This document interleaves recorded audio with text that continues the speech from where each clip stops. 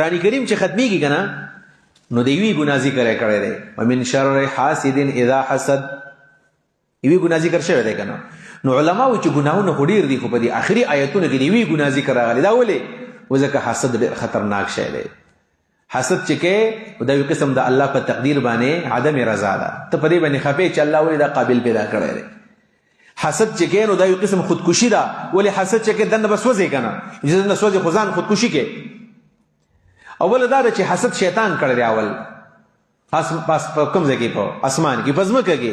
قابل د حابیل سره کړی دی بل دا چې دا حسد کول د سړي کنه چې دا یو غلط شی ده چې ودې کې خیر نشته الحسد شر كله ټول شر دی خو یو خبر یاد کا چې دا هو کې دی نشي چې جاکې حسد نه کچا درته ویلو چې پلاني ځکه 50 خزه وي او خبرې نه کولې پلاني ځکه ختمي بخاري او خزه ټوله خاموش ناشته وي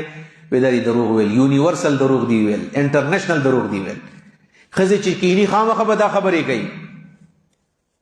دیم خبر ودام نه منی چر پلانې عالم و یو پلانې سړی ما کې حسد نشته نه حسد الله رب العالمین فرمایي الهمها فجورها وتقواها په هر انسان کې د ګناه طاقت هم الله چولې دی او دارنګي د تقوا طاقت هم کې الله چولې دی نو حسد په هر انسان کې دی البته حسن بصری رحمه الله فرمایي ما خل الجسد من الحسد لكن الشريف يخفيه واللئيم يبديه یو بدن د حسد نه خالی نه دی خو نیک سړی د حسد پټي او بد سړی ښکارا کوي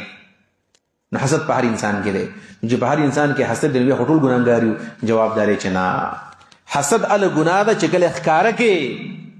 ومن شر حاسد اذا حسد چې کله شروع کینو ګناه ده او چې کله شروع کړي نه خیر دی موږ ټول کې حسد ما کې حسد دی خډر را پکې دی دا چول جنس ما کې هر ځای کې حسد تاسو کې حسد دی